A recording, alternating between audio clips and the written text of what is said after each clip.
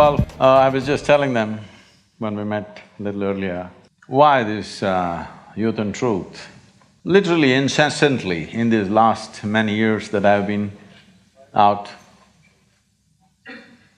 meeting people and doing the work that we are doing, thousands and thousands of people have asked me this same question.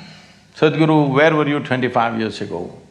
Where were you when I was 25? Why did you come so late? If you had met me when I was 20, I would have done this, this and this, but you came so late. So I thought we will step out and meet all those people in the country who are below 25 years of age. And here we are. So essentially, life means a certain amount of time and energy. This is what we call as life. Unfortunately, most people forget this.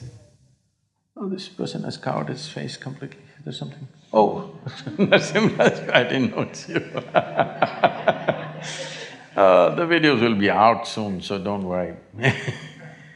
So, essentially, life is certain combination of time and energy. Time is slipping away for all of us at the same pace, which most people don't realize when they're young. And energy is at its best when you're youthful, which also most youth don't realize. They think they're going to be like this forever. It's not so. Energies will deplete and go down. So when energy is at your peak, and time is anyway running out for everybody, if we can bring little more clarity and balance to that life that we call as youth, I think tremendous things can happen. Above all, every human being carries a certain genius within himself or herself. How many people manage to find the necessary balance and atmosphere for themselves where this genius will unfold? Unfortunately, that percentage is extremely minuscule right now. This is an effort to increase that percentage, because if you bring the right atmosphere within yourself, one's genius will unfold. In our lives, if we do not do what we cannot do, it's not an issue. But in our lives, if we do not do what we can do, we are a disaster. If our own potential doesn't unfold, we will end up as a life who did not do what we could have done. So this is just an attempt, and India being a youthful nation, unless we create a focused, balanced, inspired youth, we could be a miracle if we do that. If we leave youth unfocused, imbalanced, uninspired, we have a recipe for a disaster. So, we thought we will reach out to you, so you can ask whatever kind of questions. Namaskaram Sadhguruji. It gives me immense pleasure on behalf of the entire IIM community to welcome you here. Thank you so much for taking the time out, sir. It's been a lot of pleasure for me to welcome Sadhguruji here. Sadhguruji, ever since that we know that you are coming here, so our forms have been floated with a lot of questions. We have selected the but top… why are you dressed like a bridegroom? I have a question for that. Is there something coming up today? Hopefully, yes. So, sir, it gives me immense pleasure, sir. So we have plethora of questions that we had. It's taken a lot of time to figure out the best questions. Sir, so without wasting any time, let's get started, guys. So, Sadhguruji, one of the most trending questions that we have here on campus is FOMO, the fear of missing out. We have the fear of missing out on activities, we have the fear of missing out on our placements, we have the fear of missing out on anything whatsoever under the roof. So, Sadhguruji, I have a question for you here, is when do we realize that it's the end? We have to stop this, and this should not influence our decision making. I think a lot of our community would resonate to this question, and we want your perspective on this, sir. See, fear of missing out. Let's look at life little beyond… Your stay in the educational institution is only a transition, only to equip yourself for something you have come. You have not come to an educational institution as a destination. It's a packaging place to package you nicely so that you can You packaged pretty well today, though. Thank you, sir.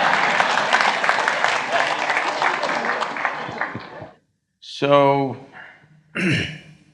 not making a commentary on education, but how we go through it. About missing out, the fear of missing out. First of all, fear. Let's address fear before we address missing out. Fear is always about what may happen or may not happen, right? Fear is not about what we are experiencing right now. What will happen is always the fear. Or in other words, your fear is about something which is not yet. Your fear is about something which does not exist.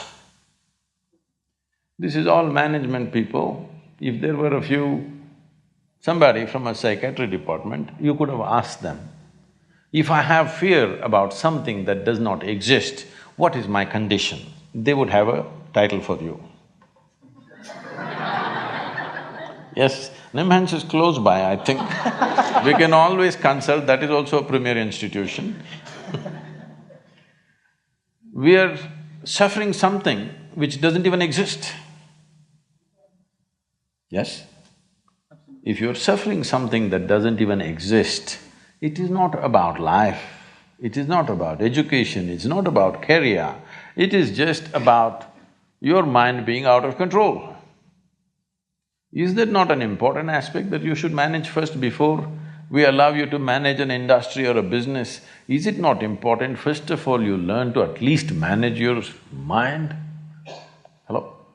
Isn't it important? Absolutely. If you do not know how to manage your mind, what the hell are you going to manage in the world? Managers are all freaking out and growing ulcers in their stomachs.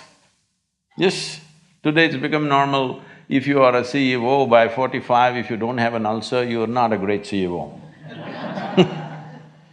Because you are managing by accident like this. The fear comes because there is an accidental possibility, isn't it?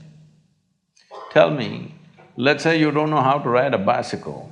You sat on it, it was on stand, you were just pedaling for fun, and it came off stand and started rolling. Anxiety or no? Started rolling faster, fear or no? Very fast, terror or no? It's not because bicycle produces terror, it is just that you don't know how to ride. If you know how to ride, faster it goes, the better it is. Isn't it? Faster it goes, the better it is. The very basis why we created a bicycle is because we wanted to go faster than walking. That's the idea. But if you do not know how to ride, how much fear it creates. Right now your problem is not with the world, your problem is not with your education, your problem is your education system, right from kindergarten, hasn't told you a damn thing about how to manage yourself. They think you're going to manage the world without knowing how to manage yourself. When you are a mess, you can only create a mess, isn't it? You may be successful. Success happens for a variety of reasons. You know, success is not always 100% yours. There are situations, there are times which support us in many different ways. Of course, your bit is there, but just because somebody is successful, this doesn't mean they've figured out everything. This doesn't mean they're at ease with life. This doesn't mean their life is in some way fulfilled. No, because today our idea of success is just doing little better than somebody else. You doing little better than somebody else means, and you're very happy about that, what it means is you're actually enjoying other people's failures. If somebody enjoys another person's failure, I call that sickness, not success. What do you call it? Hello? I enjoy that you failed. This is sickness, this is not success, isn't it? Unfortunately, this is how you're going. This is the reason why human potential is not unleashed. Because if you're racing with a lame person, you're just happy you're one step ahead of him. Only when you meet Mr. Bolt, you understand who the hell you are. Yes? Till then, you think you are a great runner because the other person doesn't have legs. So it's very important that there is nothing to miss out in life. Life is happening to all of us. Question is only, if I miss this party, am I missing out something? If I miss this examination, I am missing out something. If I miss this job, am I missing out something? This is simply because right now, who you are is not internally managed, it is externally stimulated. You're still in a very controlled campus, a very beautiful campus you have, I have to say, wonderful campus. And you're in a very controlled campus atmosphere. When you step out into the world, if you leave it to the people to decide what happens within you, they're going to drive you crazy in no time. Here it's all managed for you, you're not managing this. It's managed for you, what should happen to you, what should not happen to you, somebody else is managing it.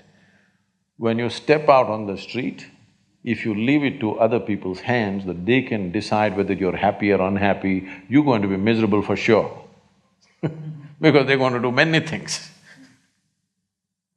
What happens within you must be determined by you, isn't it? And anyway, why are you copying people? Most people don't know what the hell they're doing. This happened. Shankaran Pillai joined Pentagon, he was working in Pentagon. Then he kept moving his work table from one office to another office, another office to another office, he went on moving around. Then he moved to the corridor, he moved into the garden, he moved here, there. Then he moved into the men's restroom and settled down there and started working. Everybody was looking at this, what's wrong with him, some problem? Initially they thought he's a Russian agent, then he thought he must be a Muslim terrorist, then they thought all those things, then everything ran out, he didn't cause any harm to anybody. Then he settled down in the men's restroom and started working. So they told the Pentagon's psychiatrist that this guy's gone loony, he's working in the men's room and he settled down and he's just doing his work there. So the psychiatrist just strolled in as if he wanted to use the men's room and started chatting. Then he found he was quite normal, everything was fine with him. He said, "Why are you sitting in the men's room and working?" He said, "I moved everywhere and saw. In the end, I find this is the only damn place where people know what they're doing."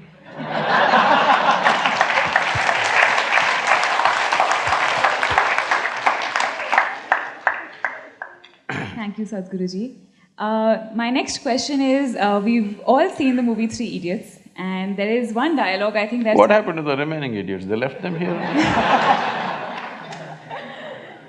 So there is one dialogue in the movie that sort of resonates with a lot of us, and it says, "जब friend fail होता है तो दुख होता है, but जब friend top करता है तो और ज़्यादा दुख होता है." And building on to how you're affected by what people do, my question is, it is okay to have that feeling? And if not, how do you let go of that feeling in today's environment? See, you know Charles Darwin, you heard of Charles Darwin? There's something called as evolution. And nobody told you it's all complete. Today, some of the neuroscientists are saying the DNA difference between a chimpanzee and you is only 1.23%. 1.23% is not much of a difference, isn't it? Huh? So there's an evolutionary issue. If you don't take charge of yourself, very easily you will step back 1.23%. Now, if… what's that? I can't repeat that sentence, but anyway, if your friend doesn't not do well, you'll feel sad about it. If he does very well, you'll feel very sad about it. So you have fixed yourself in such a way, whichever way you cannot be happy. You're in a self-defeating mode. No matter what happens, you will not be happy. If you want to understand what I'm saying, you go and stand out on one of the main streets in Bangalore city. Leave the poor people who are selling kadlekai on the street side, leave them. People who are driving there, only look at those BMWs, Mercedes and Maseratis and whatever is going around in Bangalore city, only look at the dream cars, okay? Because many of you may have dreams also of this. Just look at all these people. You think they are in a profusion of joy driving this car like that? No. Only in case it's a stolen car, you see the joy. Otherwise, no. So success has not brought joy to them. If they're failed, of course they're frustrated. Because the very mode of approach is like this. If this mode of approach comes, whichever way, it's not going to work. Because it's not even about you, it's always about somebody here. It's never about you. The simple thing is this, see, if your joy, your sadness, your happiness, your misery is determined by something or somebody around you, the chances of you being joyful in your life is remote. Yes or no? Is it true that human experience is created from within? Hello? Hello? I'm asking all of you. Is it true that human experience, joy or misery, agony or ecstasy, madness or sanity, everything is created from inside? At least if you're a manager, if you're going to be a manager, at least what is happening from within you must happen your way. Because essentially management means having situations the way we want it. Yes? Management means what? Having situations the way we want it. Well, if the world is not happening your way, at least this one must be happening your way, otherwise what kind of management is this? Here there's only one person, huh? Here there are 1,000 people, they may not listen to you, they got their own stuff. But here there's only one person, at least here what you want must happen, isn't it? If what you want happened, would you keep yourself blissed out or miserable? What's your choice? You must choose, I'm going to bless you now. If you had a choice, would you rather be blissed out or miserable? Huh? Blissed out, of course. So if such a thing is not happening, then all these problems come. If things work, it is a problem. If they don't work, it's a problem. If you get a seat in this institution, it's a problem. If you cannot get out of this, it's a problem. You like this place so much, you don't mind staying here, it's not like that. You must get in and you must get out ahead of others. Everything, it's never about you, it's always about something else. Outside is a variable situation. Who these people are today, tomorrow we don't know what they will say. Yes? Tomorrow morning we don't know what they will say. If your way of being is determined by all these people, then you are a mess, you're bound to be a mess. When you're a mess like that, see, you call yourself a friend. If they fail, you're unhappy. If they pass, you're very unhappy. Definitely we should not use the word friend in this context. Yes, competition, I agree. Not a friend, isn't it? If your friend does well, shouldn't you be very happy if they're really friendship? Leave the friendship business. Essentially, this problem is coming because we have not taken charge of this fundamental human mechanism. This is not happening the way you want it. Is it true that your body right now is the greatest chemical factory on the planet?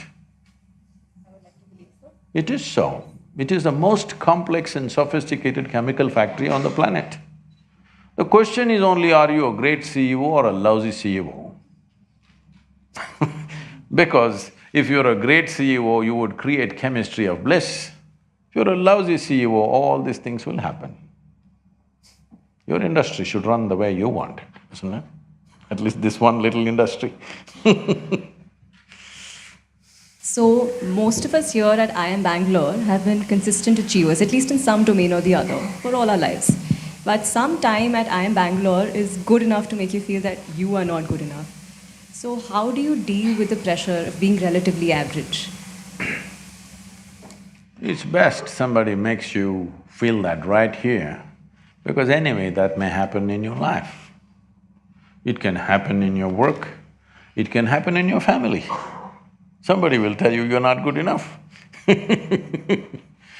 So whether they tell you or not, I want you to understand, none of us are ever really good enough. If you have a large-scale intention in the world, you are never really good enough. People keep telling me, Sadhguru, you've done so many things, this project, that project. I'll tell you my project, because day before yesterday I was at Chamundi Hill. This happened 37 years ago. I went up Chamundi Hill and sat there. For no reason, I was overflowing with ecstasy, every cell in my body exploding. I didn't know what was happening. When I spoke to my closest friends, they said, tell me, what did you drink, what did you pop? This is the only thing they could ask. When I asked my own skeptical mind, my mind said, maybe you're going off the rocker. But I knew I've hit a gold mine. Something fantastic is happening within me without any reason. If I simply sit like this, I become so ecstatic, what I think is 2 minutes have gone into 7, 8 hours. Have you noticed this? When you're very happy, time just poof. So if I close my eyes and open, it's like 8, 10 hours are gone, like that. So at that time, I just planned, this is my plan. This is fantastic, if I simply sit here, I'm completely blissed out. Then I decided, at that time, the world's population was some 5.6 billion people. I said, in 2.5 years' time, I made a plan, a specific plan, how I will do it. In 2.5 years' time, I'm going to have the entire world blissed out because it doesn't take anything. If you simply sit here, it happens. Well, 37 years, Well, we might have touched maybe on 500, 600 million people on the planet, but that's not my idea of the world. My idea of the world today is 7.6 billion people. So I know I will die a failure, 100%. And everything else that I wish to do, I know I will not even fulfill probably 10–15% of what I want to do, but I will die blissfully, because I'm living blissfully and I will die blissfully. So it's best that you're a failure in your life. That means your vision is large. If you're a success, you have a constipated sense of life. Success means what? I made it. What did you make? I bought a house site. You think that's an achievement? I got a job. I made this much money. This is a very constipated way of looking at life. I want young people to look at it in terms of how we can do something that cannot be done in this lifetime. Oh, what will happen if I don't fulfill it? If you worked incessantly and still at the end of your life the job is not done, it doesn't mean you're a failure, it means you had a great vision. That's what it means. May you die as a failure, is that okay? Yeah, you should. Blissed out failure, that means you're doing great, not a miserable success. People are not liking it, I think. No, you don't have to clap. I just thought maybe those words are a little scary, failure. Sadhguruji, my next question is, today, unfortunately, we're all living in a very stressful environment and with… Really? I think it's air-conditioned, everything is fine. Little more cooling would be nice, but it's not stressful. Some people perceive it to be, I'll rephrase. Some people perceive it to be stressful and you at times feel a little anxious or you feel depressed. But most often, I think the first battle is within yourself to identify that And in that scenario, how do you reach out and not feel vulnerable about it, that you are stressed and anxious? So stress is not about any situation or atmosphere. Stress is your inability to handle your own thoughts, your own emotions, your own chemistry, your own energy. Stress is not about the situation. One situation that somebody thinks is stressful, another person is breezing through that situation. Is it not happening? You see bad drivers are going like this, cursing everybody. You'll see a young boy, boom, he just goes off. He's not stressful, he's very happy for all the obstacles that are there in Bangalore city. Yes or no? So stress is not a consequence of situations. Stress is a consequence of your inability to manage your own thought and emotion. Your thought and emotion must happen the way you want it, isn't it so?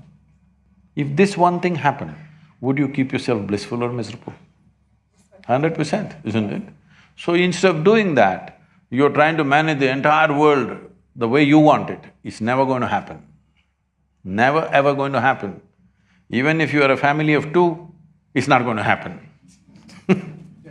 Yes? Most of you are not married. I'm saying even if it's just two people at home, it will never happen 100% your way, unless you're living with a dead person. 51% if it happens your way, you have the controlling stake, you must be happy. 100%, nobody will live with you, isn't it? Nobody will work for you, nobody will live with you, nobody will be around you if you insist 100% my way. I'm glad the world is not happening your way, because if everything happened your way, where will I go? Little bit your way, little bit my way, little bit somebody else's way, this is how the world should be. But this one must happen my way. There's no other way for this one.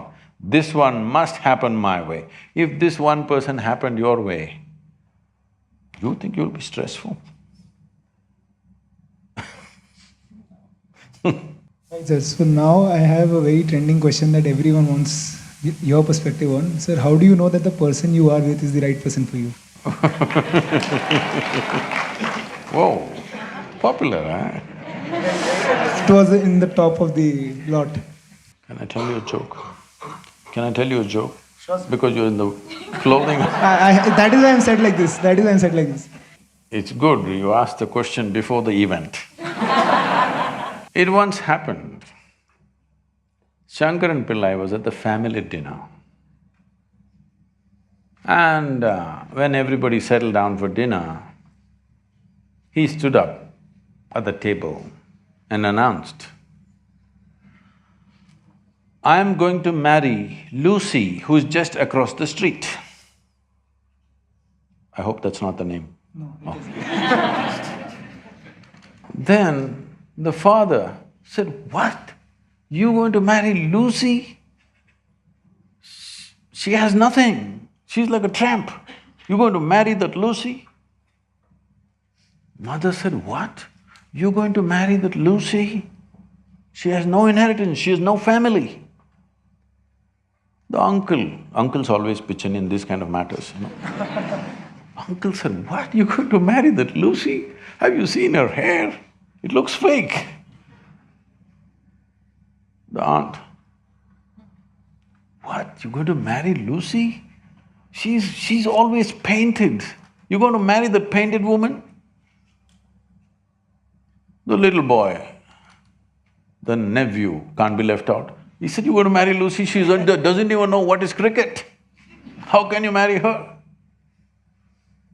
Shankaran Pillai stood his ground and said, "Yes, I'm going to marry Lucy." Everybody asked in one voice, "Why?" He said, "Because she has no family." There are no many opinions to battle with. So, who is the right person? I don't want to take away all the romance from your life. But let me tell you this, there is no right person on this planet. If you put your heart into something, something may become wonderful. Is it the right thing? There's no right thing. Nobody ever found the right person anywhere, okay? If you get into that kind of unrealistic mindset, I have found the right person, oh, you will be soon disappointed. You must understand, there is no right person. First thing is to see whether I am the right person. Yes, am I the right person? Instead of seeing, is this the right person? Am I the right person, first of all? And there are no right people on this planet. If you understand, you have your nonsense, they have their nonsense, we can adjust nonsense. Go on. We must understand relationships are formed for various needs. There are physical needs, there are psychological needs, there are emotional needs, there may be social needs, there may be financial needs, various kinds of needs. So when you're going to somebody with so many needs, you're going as a beggar, and a beggar cannot choose. Hello? Beggar eat what comes his way, isn't it? He cannot choose. So, if you really want to make a choice in this world, first and foremost thing is, you bring yourself to your place. I'm again going back to the same thing, where your experience of life is just pleasant by yourself. You're wonderful. Now, let us see what gets drawn to this one. If you're really wonderful, things will happen in every way, I'm saying. In terms of career, in terms of marriage, in terms of relationships, the best will happen to you because you made yourself like this. Instead of trying to work on somebody and fix them, if you work upon yourself and make you so wonderful that everybody wants to be with you, then there is a choice. Right now, when you're going out of your compulsive needs, you are a beggar. Beggars should not choose, they must eat what comes their way. And this whole thing is an American thing, that there is a soulmate somewhere. God made just one more person just for you. But these days, every 2 years, he keeps making one more person just for you. Obviously, God is making too many mistakes with you. Now, this soulmate business, first of all, I don't like to use that word, but now you uttered the word. See, body needs a mate, understandable. Maybe psychologically also you need a mate, understandable. Emotionally you need a mate. A soul cannot need a mate. Even if your soul needs a mate, it needs evolution, isn't it? So soul doesn't need a mate, nor was some person made perfectly for you, okay?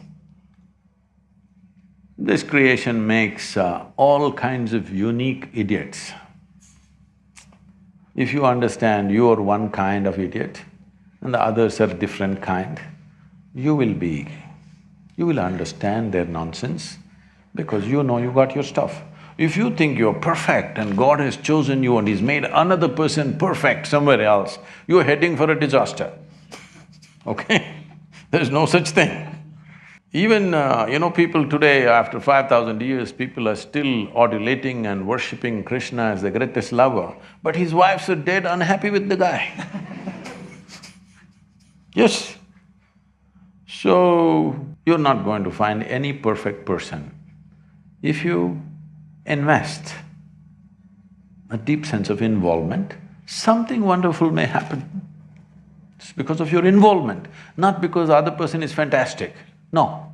Even if you choose a fool, actually it's easy that way. If they're not stupid, why would they come to you first of all? No, I'm just being nasty. So, even if you choose a fool, it doesn't matter. If you involve yourself, it can turn out very beautiful. You chose the smartest person in the universe, it could be a disaster. So do not think in terms of, whatever this made for each other nonsense. No. You choose the opposite, actually. The genders are opposites. You choose the opposite because you don't want them exactly like you want them some other way. The reason why a boy is attracted to a girl and a girl to a boy is because they're different. But after some time, after a little bit of time, you slowly start expecting they're just like you. This is a serious mistake. Because if one more person becomes just like you won't be able to bear with them for 2 days. Hello? Please tell me. If there's one more person just like you at home, could you live there? You're glad they're different. It's wonderful, nobody is like you, isn't it? Nobody is like you on this planet. Try and see. Nobody is like you, and that's good. Don't look for sameness, not necessary. It's a difference which makes the… Because of the difference you tango, not otherwise. Sadhguruji, then in that case, when we… what I understand is then we should not find similarities of ourselves to someone else. Then why do we have role models? Role models? People keep asking me, Sadhguru, who is your role model? I tell them, I don't roll with the models.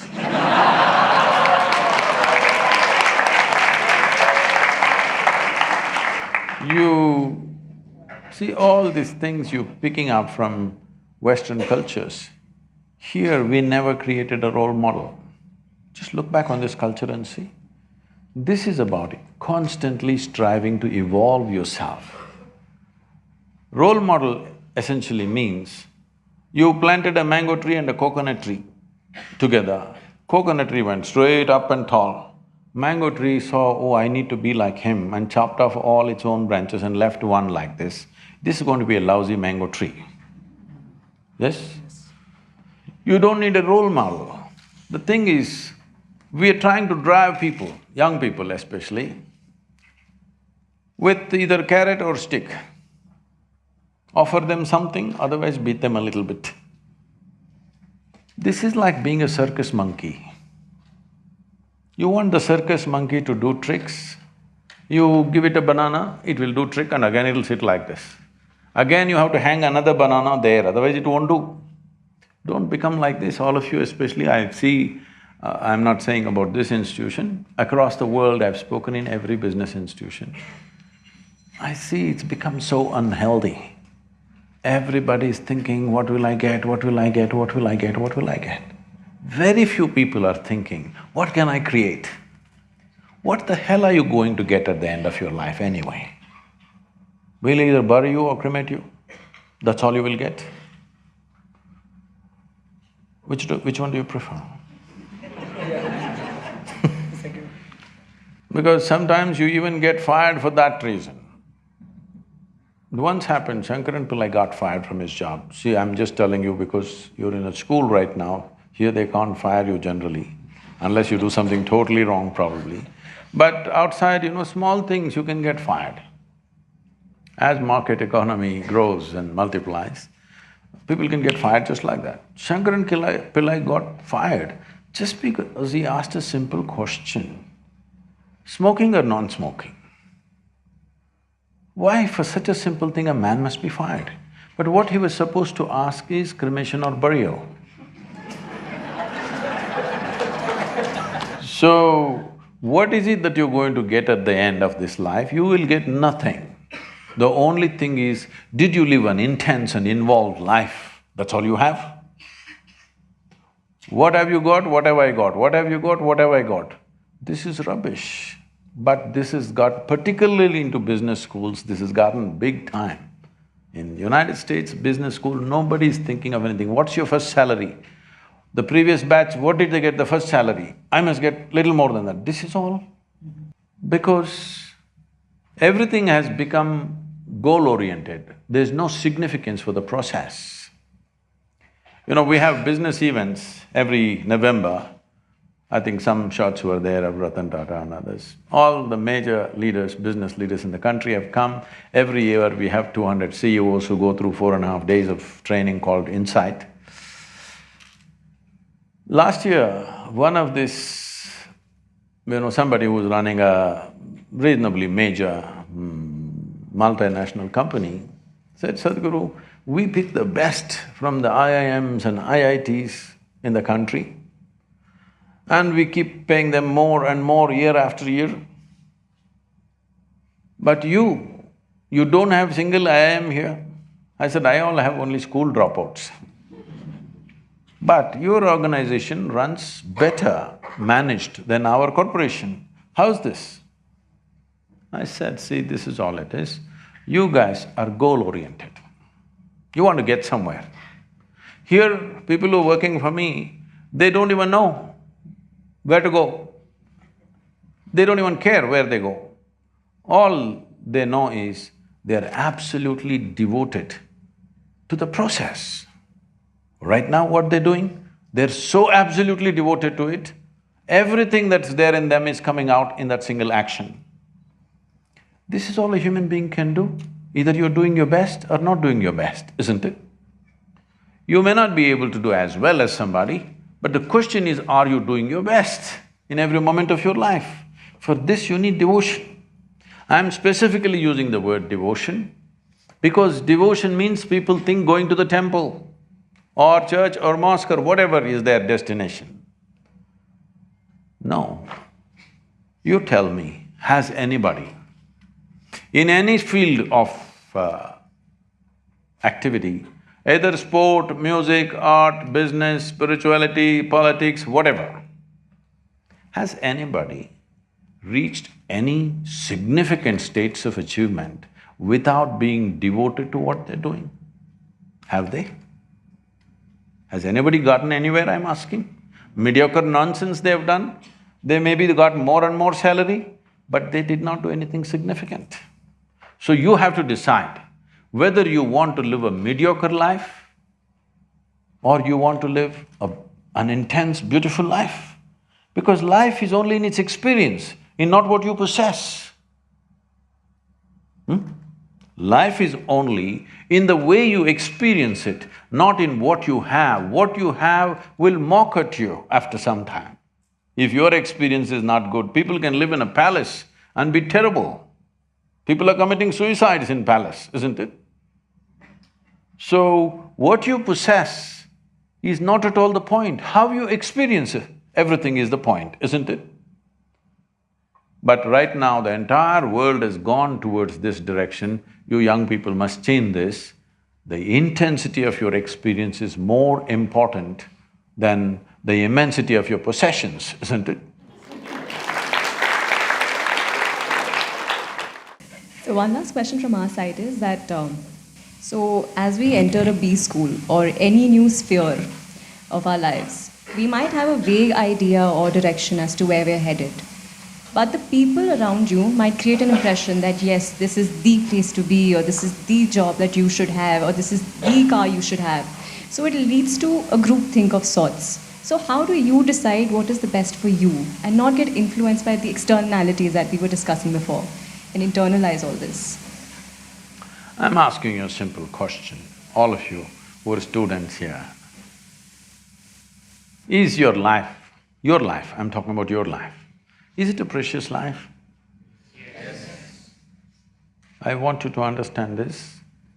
Even a so-called insignificant ant, if you try to catch him, he shows how significant his life is for him. Yes or no? He doesn't think, I'm just an ant, you can crush me. No, his life is very precious for him, and that's so for you. If your life is so precious, is it not important where you're going to invest this life? You're going to invest this life simply because somebody's going to pay you a little more? You're going to invest your life simply because your friend is going to a lesser company and you're feeling very good about that? This is not the way. When such a question arises in your mind, you must withdraw from the influence of your peers, your parents, your teachers, the atmospheres that you normally live in.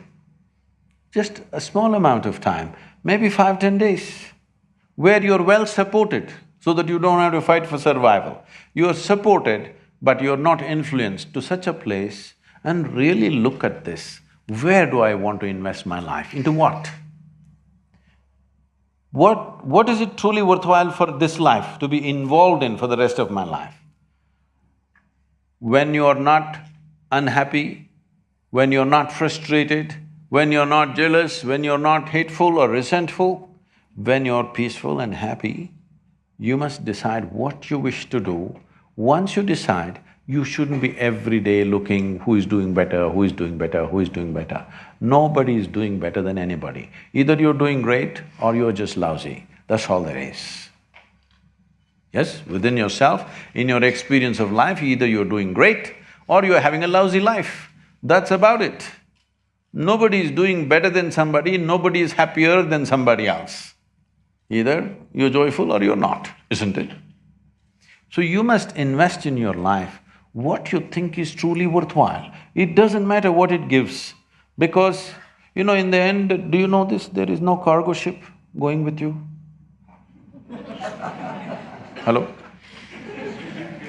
There's no cargo ship going with you, so possessions are only for our use, not to accumulate. Yes, what we can use, we must have, of course. But it is not just to have something against somebody else. Most people's houses are like warehouses. They're living in warehouses. Because most of the stuff, at least 70 to 80% of the stuff in most homes are never used, they're just warehousing it. They have no space to move, they have to clean it every day, but lots of things they got because neighbors bought it. It's time, because this is sensible for your life and this is sensible for the planet. So, Sadhguruji, we also have a set of e-media questions that have come to us. So, we would like to address the name of the person and the question that we've got. So, we have a question from Erin Hestrong. He, just to give a little bit of context, we saw the video of Sadhguruji running on Himalayas, playing football, playing cricket. So, sir, in that context, how to keep yourself on the go all the time? On the go. You don't have to be on the go all the time. If life demands, people ask me, Sadhguru, how are you active like this? Because generally my schedule is anywhere between 18 to 20 hours a day, 7 days of the week, 365 days, non-stop. For many years it's going on. Why? I'm complaining and the guy's clapping about it.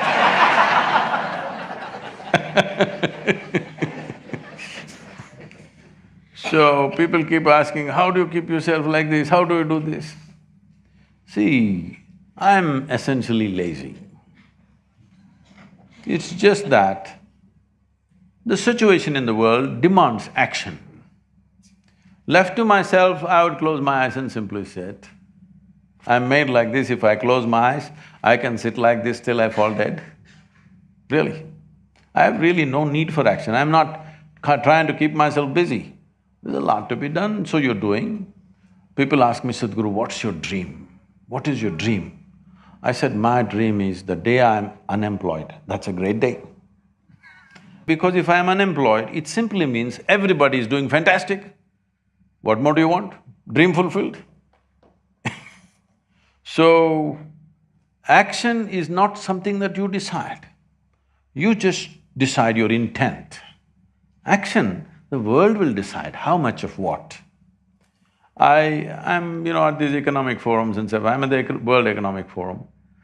This guy, from one of the business schools in Harvard Business School, one professor comes, oh, you're that amazing tree planter. I said, no, I'm not a tree planter. He said, no, you planted those millions of trees. Yes, I did, but I'm not a tree planter. Asked me, then what do you do? I said, I make people flower, not plant trees, but I'm planting trees because the goddamn trees are missing where they should have been. Where they should have been, they're not there. It's like this. Two men were working on the street. One man is digging pits, behind him another man is coming and closing and going. Somebody else was driving by, they saw this ridiculous activity. One guy digs the pit, another guy closes the pit.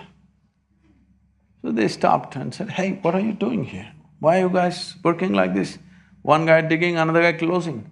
They said, no, the in-between guy has gone on leave. He's the tree planter. He's not there, we're doing our work. So lot of people are doing work like this. I'm doing my work. You have no work on this planet.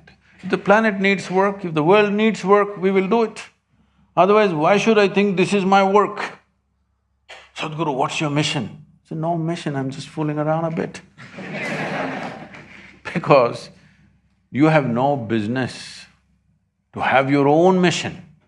Life has its own mission. In some way, if you can assist and serve that, that's about it. What is it that you have your own mission? Are you some kind of a tyrant?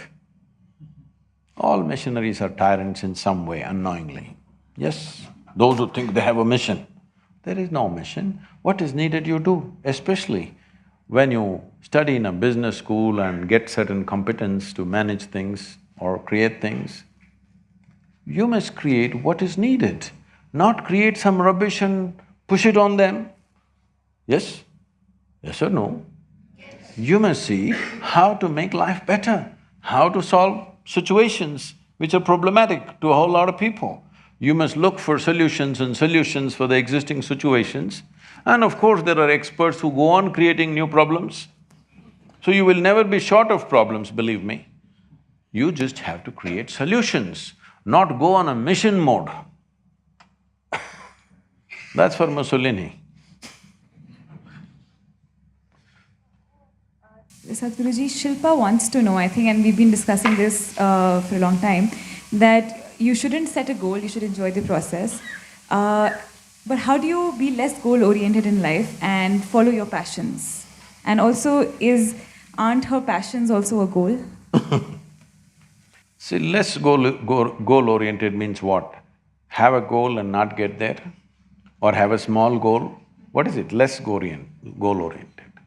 See, what you're calling as a goal is a consequence, isn't it? If you're only focused on the consequence and not on the process, then your consequence will just be an unfulfilled dream in your life, just a desire which will be unfulfilled. Only if you conduct this process right, consequence will happen. Maybe not necessarily the way you thought, maybe it'll happen in some other way. But the consequence is bound to happen, isn't it? If you're conducting the process right. It's like growing flowers in your garden. If you want flowers in your garden, you don't have to do flower meditation. You don't even have to think of flower. Probably you don't even know what flower will come out. But you need to think soil, manure, water, sunlight. None of them look or feel or smell like flowers. But if you handle them right, flowers will happen. This is how life works, this is life's process. If you do not engage in the life's process, if you do not figure out what is the life's process, then you will only desire. Desires are very exhilarating to have in the beginning. Later on, that's what makes people frustrated. If you just look at people's faces, I'm not making any commentary on any people here, I'm saying just look at people's faces in the world. Look at your own face when you were 5 years of age, your face was like this. Slowly becomes like this. After this event, get a little more and more sober. Slowly, the way people are walking, I'm afraid they may scratch their chin on the floor. It's becoming so long. I was addressing a group of people at the Princeton University. I just looked around, there were about 350, 400 people, all of them. Especially in the universities, they have extra long faces. Maybe it's the weight of knowledge. I just looked around, only about 4 or 5 young people who were sitting there, they were little lively. All others like this. If I tell them a joke, they agree with me.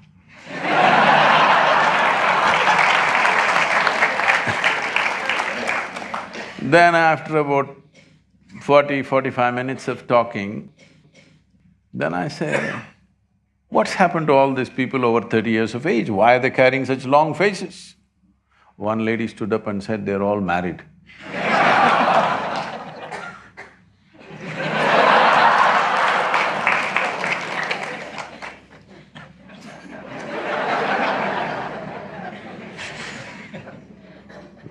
So this question is from Satish. He says that I am not able to decide my profession. whether I need a job or should I carry on with the business.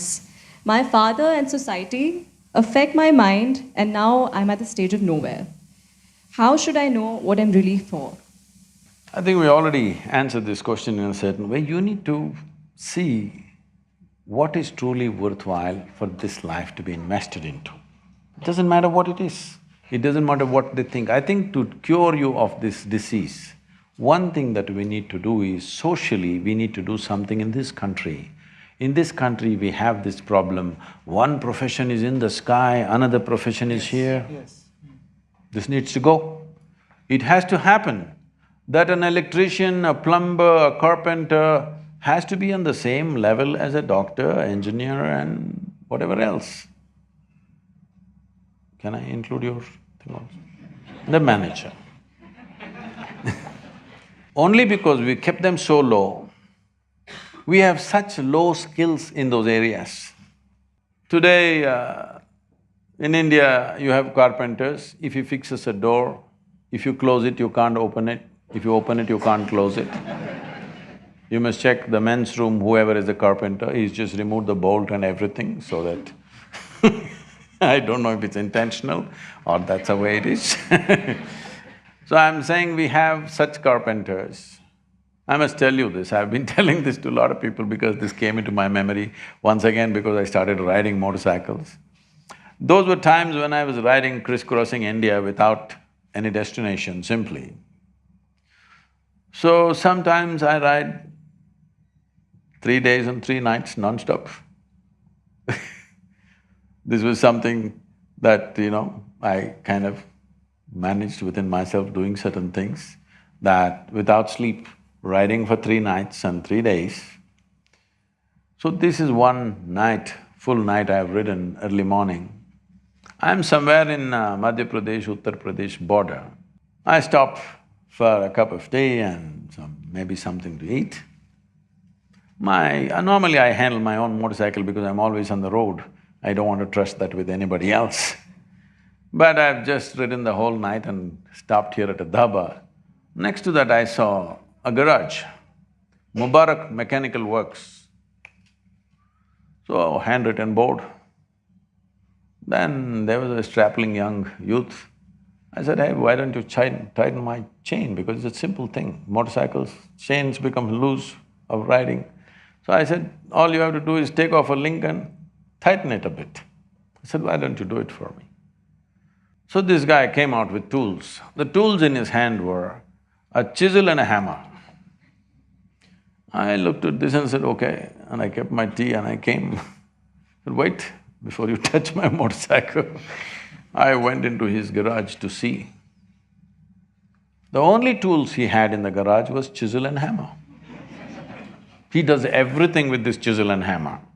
But after he's done the job, nobody else can do anything with it anymore So there's a whole lot of people in life that they're conducting their life like this. They got just one instrument. Right now, this instrument, unfortunately, is called intellect. Somebody is using it If I ask you a question, do you want a sharp intellect or a dull intellect? You must choose, I'm going to bless you. Sharp or blunt? Sharp. So essentially, your intellect is a cutting instrument. It's like a knife. It slices through things. It dissects things and shows you a few things.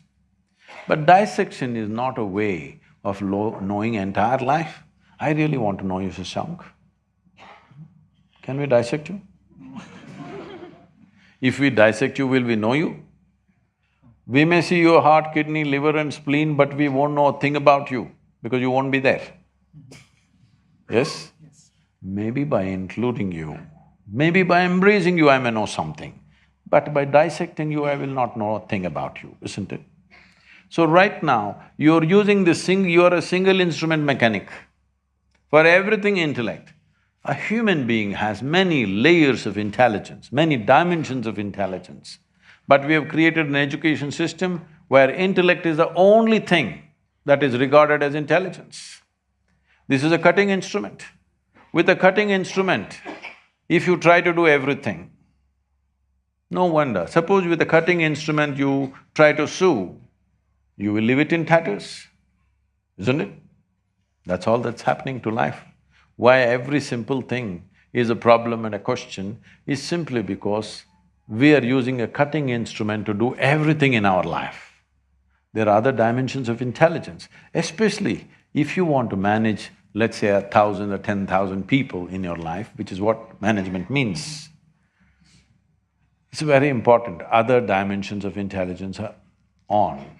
With intellect, somebody who comes in front of you, you will try to dissect this guy and understand him. You'll make all the wrong conclusions. You must have a different dimension of intelligence and insight that if you see this person, you know what to do with him and what not to do with him. If this much sense doesn't come into you, with intellect if you go, you can talk a lot of management, but you won't be able to manage much. If you do manage much, you will get ulcers. You won't joyfully manage anything because when you do something that you're not competent to do, it will give you hell, isn't it? Hello? If I give you just 5 balls and ask you to juggle, it'll drive you crazy. Suppose this is the examination for you this time. If you want to pass your MBA, you must manage 5 balls juggling. You going to pass? It'll fall all over. What you're not competent of, if you try to do, you'll go crazy. So don't try to do something, don't try to elevate your activity. See how to elevate this. See, if you scale up your activity without scaling up this one, you will suffer activity immensely, isn't it? You don't try to up the activity, you scale this up, world will bring the activity to you. But nobody wants to invest time to scale this up. You must scale this being up. Don't worry, where is my job, where is my thing? The world will come to you. They have to come to you. If you are at a certain level of elevation, you think the world won't come to you? They will come to you. They cannot miss you. But instead of that, instead of scaling yourself up, you're scaling the activity and going crazy about doing activity. Even with education, I'm saying, don't try to understand and grasp and all this nonsense. There are ways to into deeper dimensions of intelligence within this. See, when I say deeper dimensions of intelligence, to put it very simply, what did you have for breakfast, Shashank? Ragi dosa. Okay. Ragi dosa. The boy is becoming Kannada. Ragi dosa doesn't look like you, doesn't feel like you, doesn't look like any human being, isn't it? But you eat ragi dosa, it goes inside. Over 3-4 hours' time, it becomes you. Isn't it so? So there is an intelligence here which can turn a ragi dosa into a human being. Is it a small thing? Is it a small phenomena, I'm asking? You've taken this for granted? If I can take a ragi dosa in my hand and make it into a human being, who do you think I am? Hello? God. Creator himself, isn't it? But every day you're doing this, but unconsciously. This is the human predicament. Whatever you are unconscious of, it does not exist for you, isn't it? Right now, look at the back of the hall, there's a huge dinosaur. Don't turn back, please. There's a huge dinosaur, such a big animal. But you are not conscious of it, it doesn't exist for you, isn't it? Such a huge animal, but you are not conscious, it doesn't exist. Similarly, right here, the very source of creation functioning, an intelligence which can make a ragi dosa into a human being exists right here, but you are not conscious of it, it doesn't exist for you. If it was somewhere and you did not see it, it's okay. If it's within you and you did not see it, this is a tragedy, isn't it? Hello? When there is such a dimension of intelligence which can turn a piece of bread into a human being, should you not delve into it in some way? Should you not find a way to dip your hands into it? If a drop of this intelligence became a conscious process within you, you will live magically, not miserably, never. And you don't have to worry what to do, what to do. World will come and ask you to do all kinds of things when they see you are elevated. So when you're young, this should be the focus, how to build this human being to a place. Not just how to get to that place. That place is only a social place, it's not existential, isn't it? You are a CEO of a company, it's only a social thing, it's not existential. But when you are elevated as a life, it's existential, it stays with you. Whatever is needed in that time in which we exist, we will be able to do it because we have the necessary altitude within us. So now we are done with our set of questions. Now we would like to open the floor to the audience to ask Sadhguruji their questions. So who would like to… Where are the volunteers? The mics? I would want to start with this little girl. She had approached me that she wanted to ask you questions, Sadhguruji. So just could you hand over… Yes. Whoa, hey, don't floor me with some difficult question, please. Kept that as a surprise. You can stand up, please. Let them see you. Actually, many parents in India, they have tension about their child about fees, 1 lakh, 2 lakh, how shall I pay this? Then I'll become a beggar. What shall I do?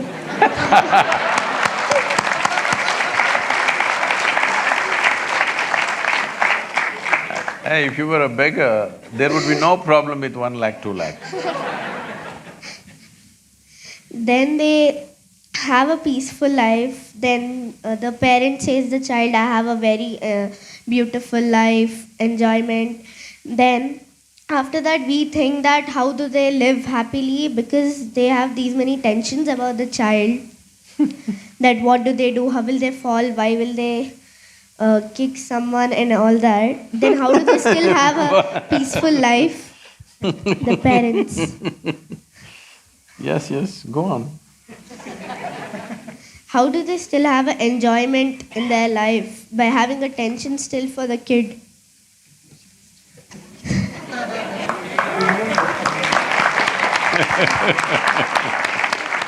Some parents manage to forget about their children for some time. That gives them the respite.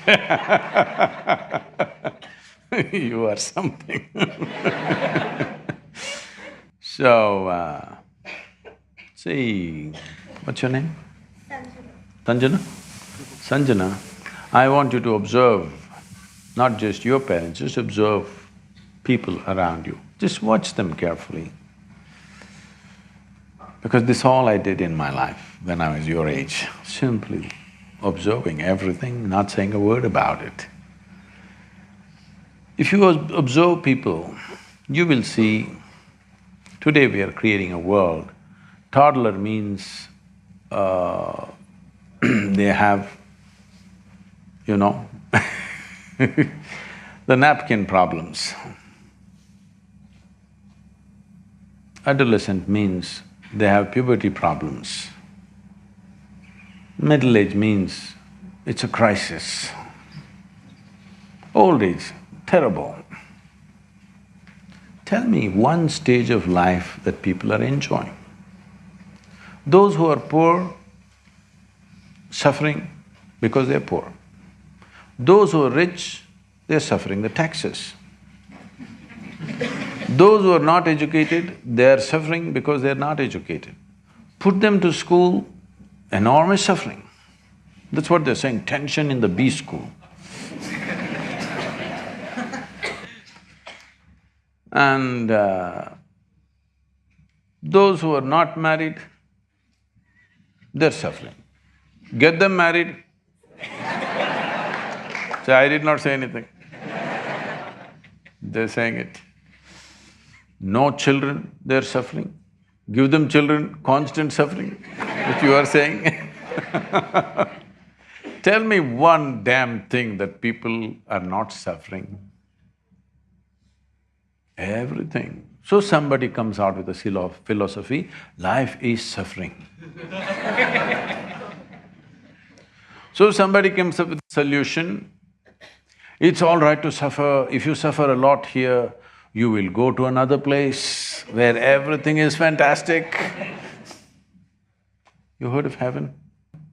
Not been there, right? No, heaven.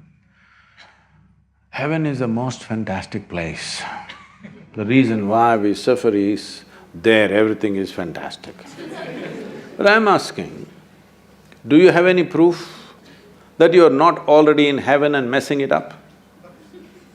Hello? Do you have any proof that you are not already in heaven and making a mess out of it? Just go out and see, I think it feels like heaven, the bee school.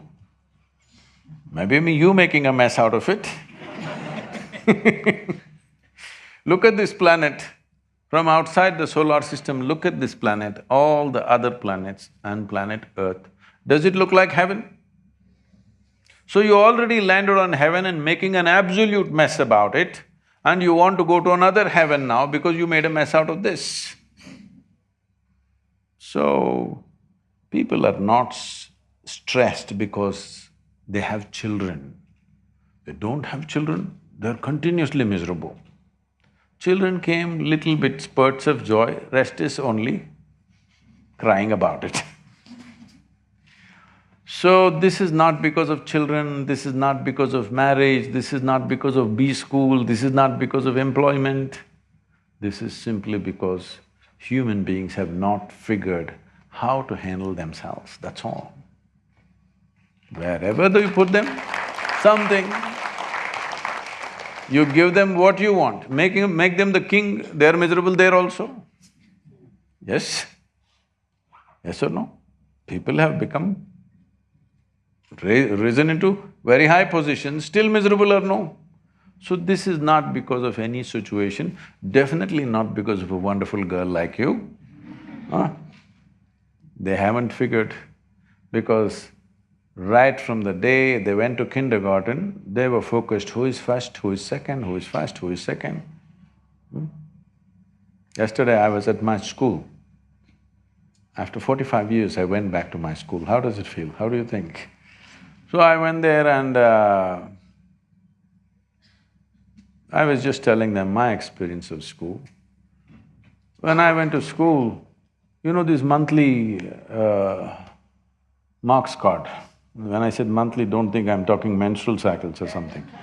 I'm talking about monthly marks card, it almost felt like that for a lot of people because that's how they went through it. When this marks card comes, when the teacher gives it to them, some look at it and they're strutting around because they are first, second, whatever. Some are sitting in one corner and crying because they're not happy with the numbers that they got. I never opened the marks card in my entire school. When they gave it to me, I took it and gave it to my father. He blew. I couldn't understand why just this card. I never opened it and saw because I thought this is a transaction between my teacher and him. I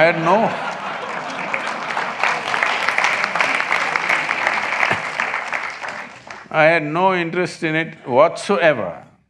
So I never bothered, but I always saw it.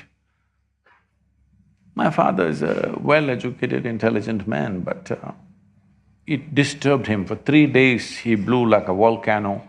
Looking at this yellow card, they always give a yellow-colored card. Still like that? So, I was wondering, 3 days volcanic experience he's having.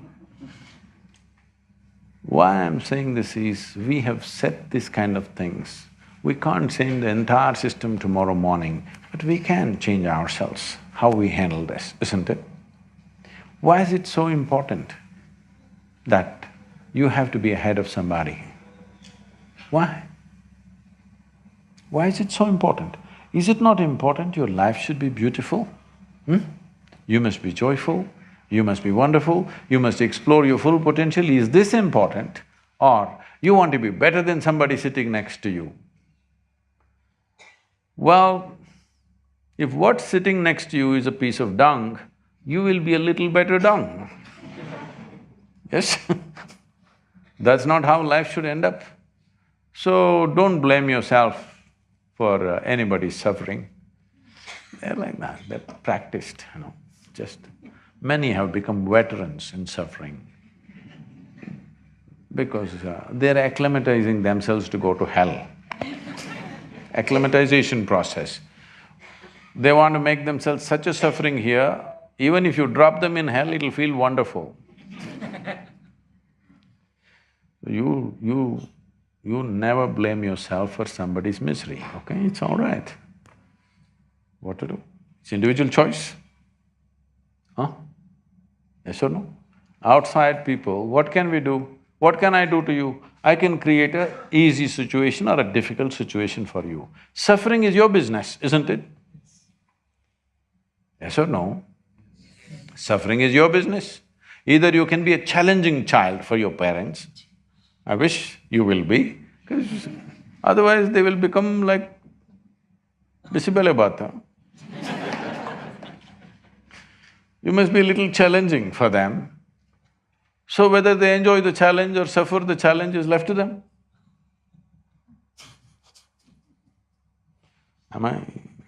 Is it okay? Because what I see is, it doesn't matter how many arrangements you make, those who suffer anyway suffer, isn't it? Just see the Western countries as an example. What everybody is dreaming of, or what even people don't dare to dream here, an average American citizen has. You think they're all bursting with joy? All the arrangements have been made. You think they're bursting in joy? No, misery. 42% of population over 45 is on, psychiatric medication. So this is not joy for sure. Even mental health is not being managed, because just making external arrangements is not going to fix this life. It's very, very important that you make inner arrangements that even if they send you to hell, you will go joyfully. You heard of Gautama, the Buddha? You heard of Buddha? When everybody was talking about going to heaven, Gautama said, "What will I go and do in heaven? Because you say everything is wonderful there. What will I do there? Let me go to hell. Because you say everybody is suffering there, let me go and do something, because anyway I cannot suffer. I made myself like this, I cannot suffer, so let me go to hell." Even now the Buddhist texts talk about Buddha being in the lower world. Well, you should have this kind of freedom, isn't it so? Huh? Even if I go to hell, I will live well. Nobody has to send me to heaven.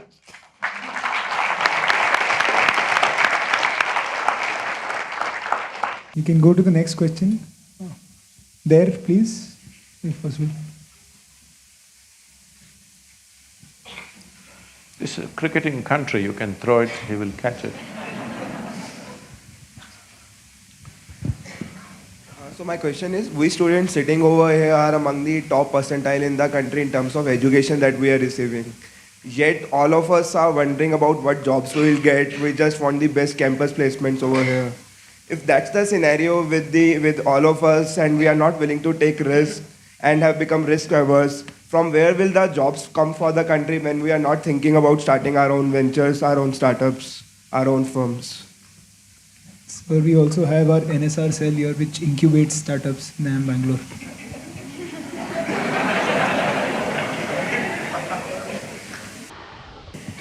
Incubation is only for an unhatched egg.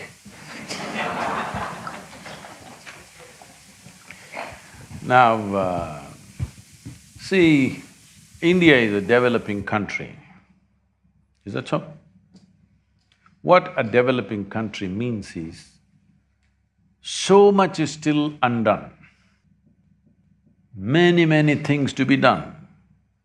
In this country, nobody should be talking about unemployment, if you ask me, because there's so much to be done. Now the problem is, you want only that certain kind of job where you will get the maximum pay without doing the needed work. Yes. Otherwise, it's a developing country. There are million things yet to be done in this country. This is not a developed country, what shall I do, everything is done. No, there are too many things yet to be done. So, if you have a working brain and a seeing eye, if you look around, there are 1,000 things to be done right around you, isn't it? So, I don't think you should be looking in terms of campus placement. The word placement sounds like you're in a hospice. This should not be the attitude of the youth. What are you going to lose if you take a risk? I'm asking, what are you going to lose? Your friend may get into McKinsey, is that it?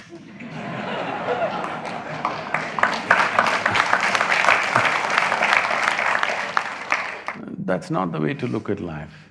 There is so much to be done in the world. If you have the brains and the guts to do something, there is so much to be done in this world, isn't it? Particularly in India. So, I would like to see from this institution that little more dare in you, nothing will happen. You're not in that condition like the little girl expressed, even she's not that, if I don't do this, I will fall on the street, I will become a beggar. No, that will not happen to you. Are you sure about that or no? That will not happen to you. But if you're enterprising, you think the world can stop you? No, the world will put obstacles in your way. Either you can see them as obstacles or you can see them as possibilities, always. Where there is a problem, there is a possibility, isn't it so? Hello? Yes. Wherever there is a problem, there is a possibility. That is, if you start looking, what's the solution for this problem? If you just see the problem and you don't think beyond that a problem is a great possibility because if you solve this, that's it. There are lots of problems in our country. Please see how to solve it, that's what you should invest in.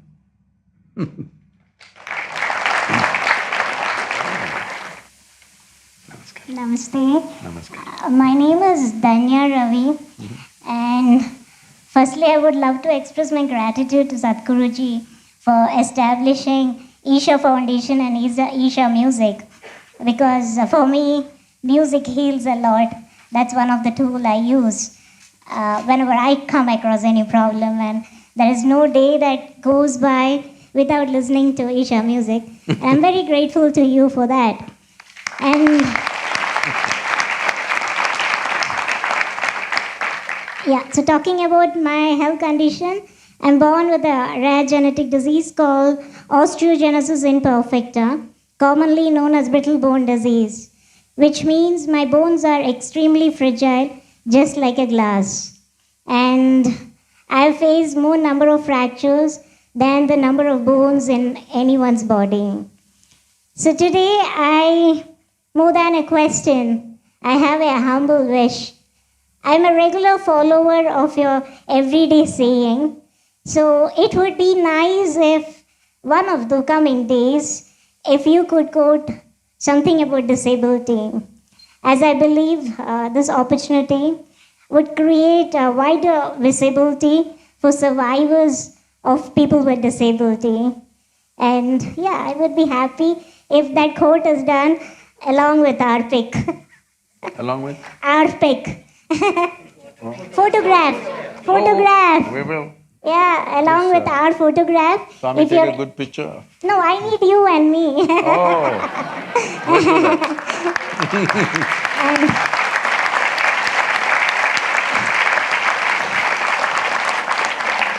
Please, this is entirely for… my request for this is entirely for spreading awareness about rare diseases, because it's only through awareness it can be controlled. I thank you so much. And yeah, Sadhguruji, I'm hoping it happens sometime very soon. Very soon. Thank you. It's our privilege to have you here.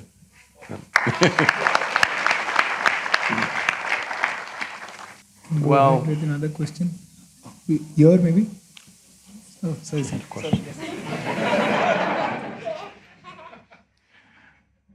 See, different people have different types of disabilities.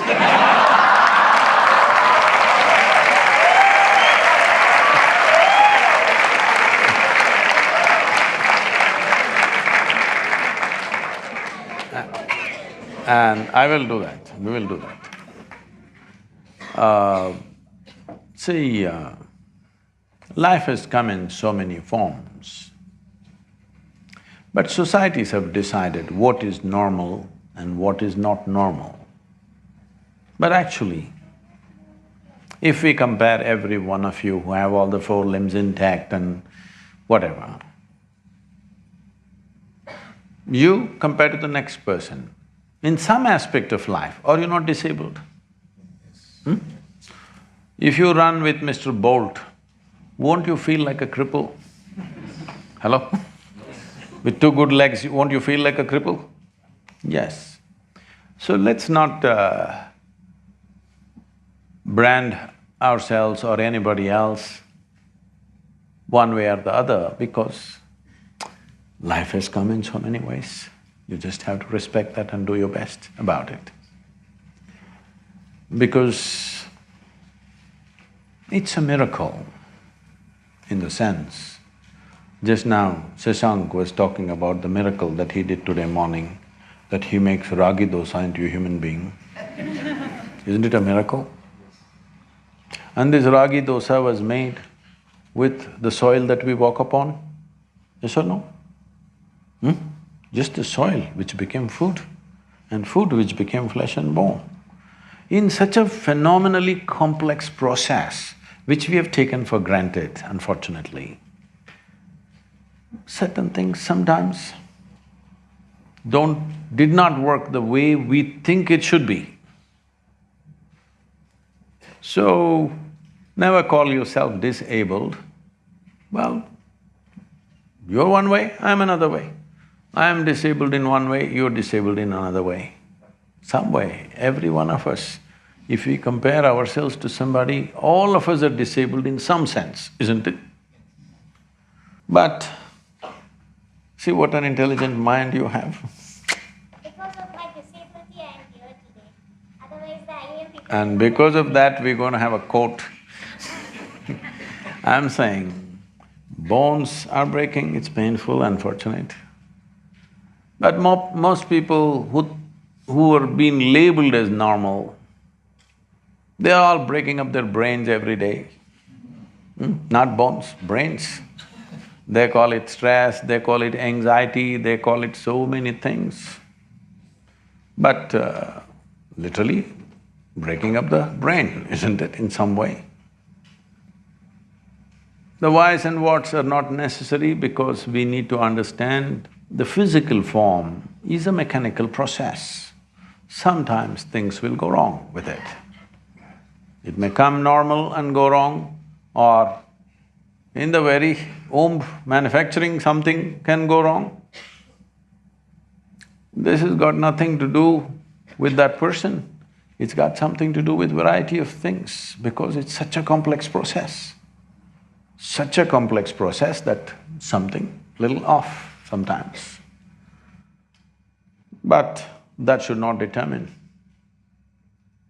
what and how you live, because how we live physically may be determined by many things. But how we live within ourselves, nobody can decide except us, isn't it? Nobody else can decide how I live within myself. So in that sense, nobody is disabled. Why spiritual process is very important is because in body, no person can claim he has a perfect body because somebody else could be in some other way. If it comes to mind, nobody can claim that they have a perfect mind. All of us disabled in some way physically, mentally, compared to somebody else, isn't it? But a dimension which is beyond this physiology and psychology, the psychological and the physiological dimensions, beyond this, that dimension, which we unfortunately have to use this corrupted word called spirituality, in this state, all life is just same. The reason and the significance of why a spiritual process must be prevalent across the planet is, spiritual process does not mean looking up or looking down. It's about turning inward and touching a dimension beyond our physiological and psychological structures. In this state, there is simply no difference between you and me and anybody and anybody. This is why it becomes significant. We can talk about equality as much as we want, but when we use our body or physical presence as the front end, there is no equality. Do what you want. If we use our mind as the front end, no equality, do whatever you want. One is like that, one is like this, one is like that, this is how it is. But if we use this dimension of life which is beyond our body and mind, these two accumulations of body and mind, beyond this if you look, here everything is same. If this one experience enters humanity, you will find a very fabulously inclusive existence here. Doesn't matter who's come with what capability or not, everything, every life will have a place. But right now, we are setting standards based on physiological and psychological competence and saying, this is standard, this is substandard. No, don't do that, because can you say a carrot is a lesser life than you? Or a grasshopper is a lesser life than you? Because they can live without you, you cannot live without them. That's a fact, isn't it? They can very easily live without you, but you cannot live without them. Nature has given us this possibility that today we have the intelligence to be above all this life. But when you rise to a certain level, it's very important. If you're a crude nonsense, you will think this is a time to dominate. Or if you rise to a certain level where rest of the life knowingly or unknowingly is looking up to you, this is a time to include and merge with everything. This is not a time to dominate, isn't it? Because once you dominate, you alienate from everything. I'm telling you because you're all going to be managers. If you want to manage people, I was teaching a 3-day program to one of the top companies in the world, 25 top managers of that company, an international giant. They were about 35 people, 25 people, and our volunteers were about 9 volunteers, so we were doing this program. Our volunteers are made like this day and night. The basic qualification is you're crazy, you know. That means you're not thinking, what will happen to you, what will I get? Nobody's thinking, simply they're working their life out. So they saw them like this and said, Sadhguru, where do you get such people? Because these are companies which are always looking for attrition. I said, you don't get them, you got to make them. How do you make such people? I said, you should make them fall in love with you. Oh, because once they're in love with you, they will do whatever is needed. Now, how do you make them fall in love with us? I said, first you must fall in love with them. I said, oh, they don't pay us for that.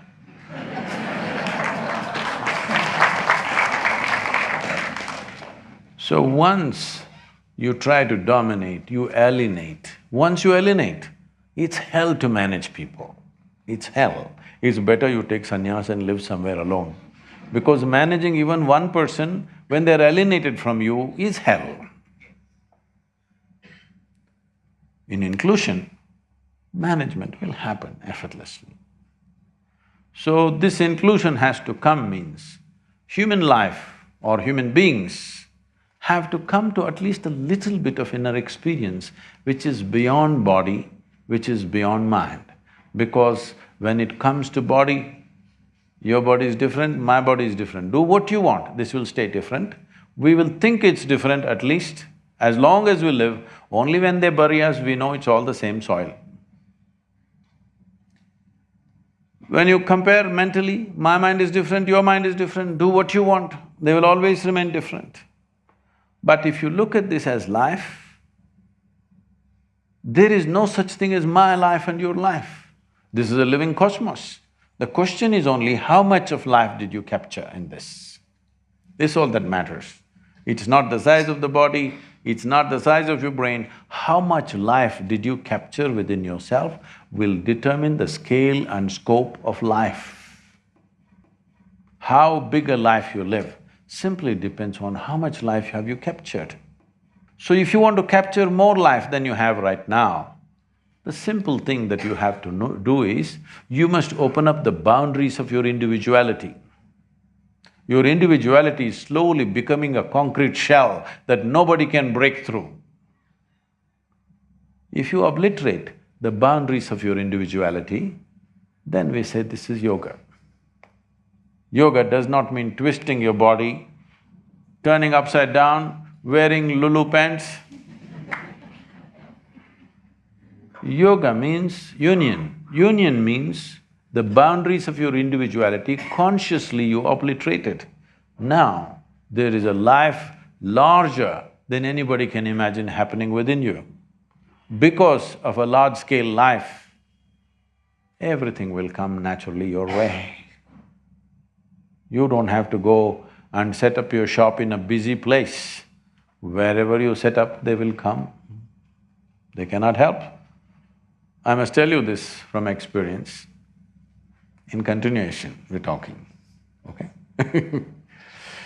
When we want to set up the yoga center, I went and chose a place which had no road, which is just right next to the rainforest, and it's remote as it can get. It's a proper revenue land, but remote, nobody would want to go there. When I said this is where I want to set up the yoga center, we had a trust, Isha Foundation. Out of 6 trustees, 4 of them dropped out because they thought I'm crazy. They wanted to find a 5-acre plot inside the city or just next to the city, start a center where people will come. They said, nobody is going to come, this man has lost his mind. Well, today it's become one of the most prominent places in the country, in the world, actually.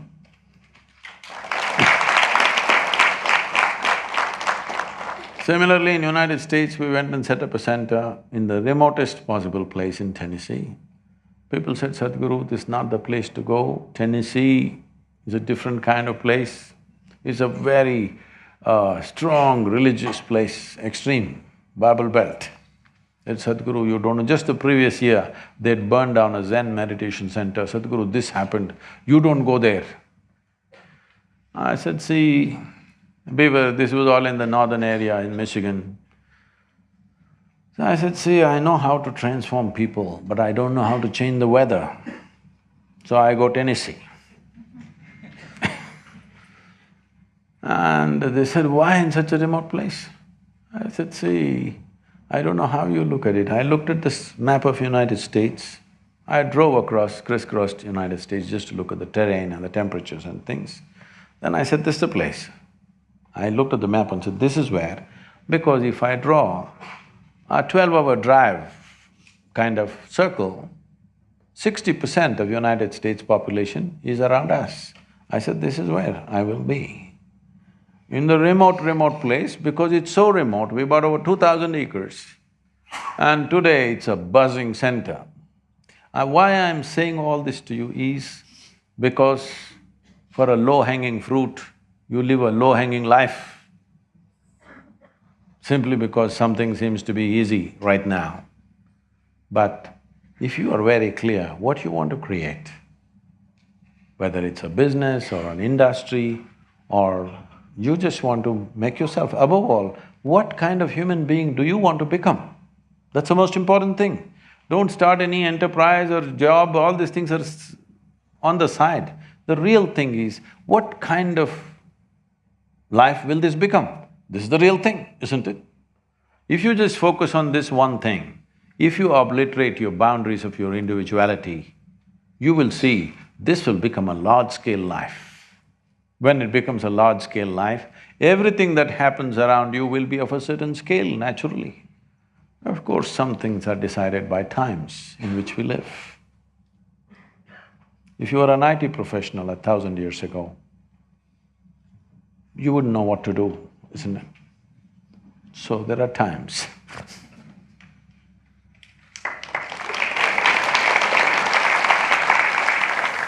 Namaste Sadhguruji.